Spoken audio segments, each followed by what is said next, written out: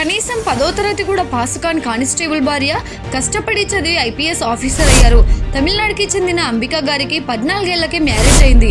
18 ఏళ్లకే 2 పిల్లల తల్లయింది. అంబికా గారి భర్త ఒక పోలీస్ కానిస్టేబుల్ కావడంతో తన భర్తతో కలిసి రిపబ్లిక్ డే పరేడ్ చూడడానికి వెళ్లారు. అక్కడ తన భర్త ఐపీఎస్ ఆఫీసర్ కి సెల్యూట్ చేయడం అనేది గమనించింది.